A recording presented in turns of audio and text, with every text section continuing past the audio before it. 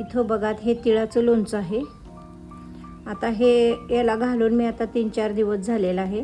झाकून ठेवलं तर अर्धं लोणचं यातील मी काढून भरणीत भरून ठेवलं आहे. आणि आता जी प्रोसेस मी करणार आहे ते यूट्यूबवरती सर्वात प्रथम आणि पहिलेच असेल. कुठंही सर्च केलं तर तुम्हाला सापडणार नाही किंवा तुम्ही सर्चही करू शकता असं माझं चॅलेंज आहे. तर हे माझं चॅलेंज आहे की मी आज या लोणच्यामध्ये पाणी घालणार आहे. काय पाणी? हो, तर पाणीच घालणार आहे. जरा काहीतरी वेगळंच ऐकायला वाटतंय ना तुम्हाला? मग आणि हे पाणी घातल्यानंतर हे लोणचं वर्षभर टिकतं. चला तर मग याची रेसिपी तुम्ही फटाफट जाणून घ्या. लाईक, कमेंट, शेअर करा. अंजली रेसिपीला भेट द्या आणि सबस्क्राईबसुद्धा करा. आणि तुमच्या मैत्रिणींना सर्वांना शेअर करा. चला तर मग आता याची आपण प्रोसेस सुरू करूयात. इथं हे भाजून घेतलेले तीळ आहेत, त्याच्यामध्ये मी मीठ मिक्स केले आहे. मीठ घालण्याचं कारण काय होतं की जेव्हा आपण लोणचं घालतो तेव्हा मिठामध्ये थोडं मॉइश्चर असतं आणि गरम तिळामध्ये हे मीठ घातल्यानंतर ते पूर्णपणे निघून जातं व मीठ एकदम कोरडं होतं. म्हणून हे ट्रिक वापरायचे आहे आणि वर्षानुवर्ष लोणचं आपलं खराब होत नाही, छान असं टिकतं लोणचं. चला आता आपण हे ग्राइंडिंग करून घेणार आहोत.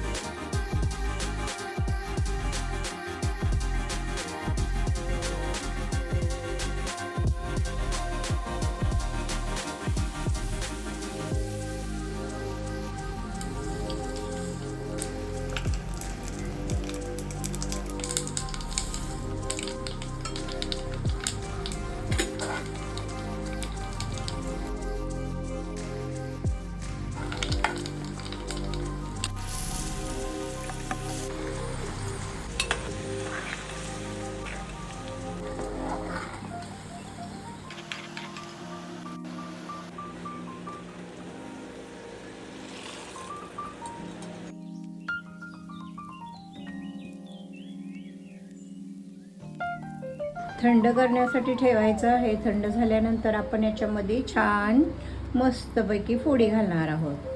हिरव्यागार कच्च्या कैऱ्याचं लोणचं. हे तीळ आणि चटणीचं लोणचं आहे. याला नुगुल चटणी, तिळाची चटणी, तिळाचं लोणचं असं म्हणतात. हा मसाला तयार झालेला आहे. आता याच्यामध्ये आपण आंब्याच्या फोडी घालून छान असं मिक्स करून घेणार आहोत, म्हणजे छान अशा ह्या फोडी मुरतील. चला तर आपण आता पहिल्यांदा देवाचं नाव घेऊया. श्री गणेशाय नमः. चला आता आपण ह्या छान आपल्या हाताचा उपयोग करायचा आहे. नो स्पून, नो चमचा. चला स्टार्ट. हे बघा, असं एका हाताने आपल्याला फोडी घालायच्या आहेत आणि दुसऱ्या हाताने आपल्याला असं छान मिक्स करायचं आहे. तुमच्याकडे मदतीस आणखीन एक कोणीतरी असेल तर त्यांना नक्की घ्यावे मदत करण्यासाठी, म्हणजे कामं पटपट आवरतात.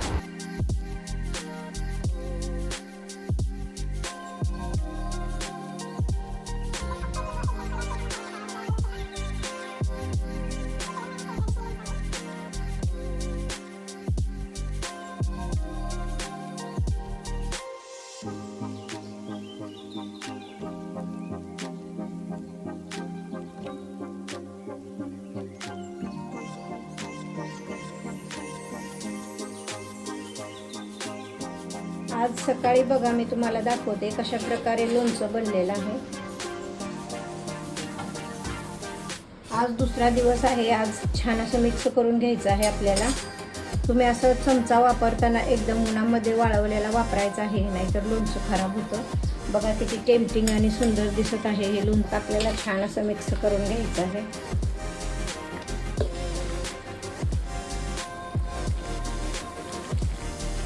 बघा कसं टेक्स्चर आलेलं आहे लोणच्याचं.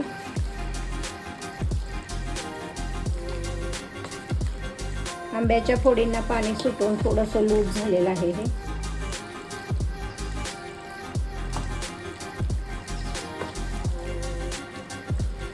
आपल्याला लगेच बरणीमध्ये भरायचं नाही. एक 2-3 दिवस असंच याच्यामध्ये ठेवून का सकाळी अर्ली मॉर्निंग आंघोळ करून मी तुम्हाला हे दाखवत आहे. आंघोळ केल्याशिवाय लोणच्याला हात लावायचा नाही.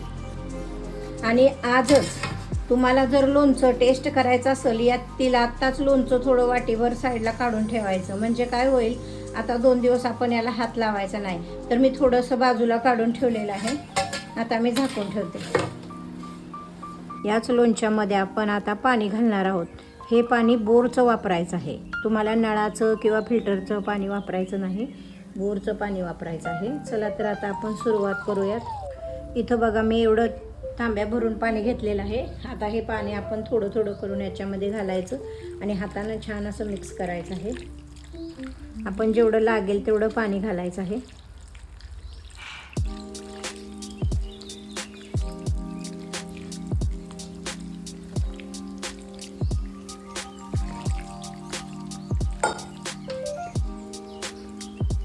जरा जर लोणच्याला पाण्याचा हात लागला तर लोणचं खराब होतं. पण इथं असं नाही. इथं असं आहे की हे लोणचं पाण्यामध्ये एकदम अप्रतिम याची चव लागते. पाणी घातल्यानंतर असं छान मिक्स केल्यानंतर आपणाला पावसाळ्यात वगैरे भाज्या आणायला खूप अडचण येते. मग तेव्हा काय करायचं, हे लोणचं भात गरम गरम खायचं आणि सोबत दही सुद्धा. असं वाटतंय तुम्हाला हे लोणच्यामध्ये पाणी घातलेलं खरं वाटतंय की खोटं वाटतंय, पण हे खरं आहे. 100% सत्य आहे. हे लोणचं 1 वर्ष आणि काही सुद्धा केमिकल न वापरता, कुठलाही केमिकल याच्यामध्ये वापरणार नाही. मी जसं आहे ते एकदम साधं, सिंपल आणि सोबर हे लोणचं मी बनवत आहे. बघा आता ह्याची कन्सिस्टन्सी पाहूया. एवढं पाणी आणखीन बसेल, म्हणजे एक पूर्ण तांब्या याच्यामध्ये पाणी बसलेलं आहे. आता आपण ही लास्ट स्टेप आहे, छान असं मिक्स करायचं आहे. काय होतं, याच्यावरती खूप असं सारं तेल येतं वरती आणि हे लोणचं मुरायला सुरुवात होते. आणि हे लोणचं आधीमध्ये 15 दिवसातून एकदा आपल्याला छान असं मिक्स करून ठेवायचं आहे. आता हे काय काढलं तुम्ही, हे बघा. हे आता लोणचं मी दुसऱ्या बाउलमध्ये ट्रान्सफर केलेलं आहे.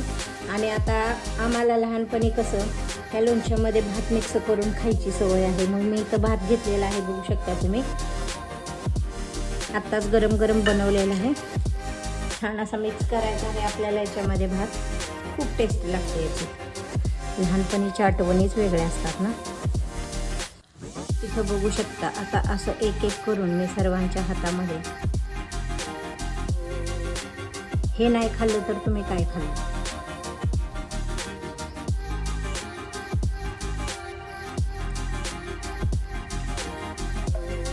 असं माझ्या मुलीला तर खूप आवडतं हे.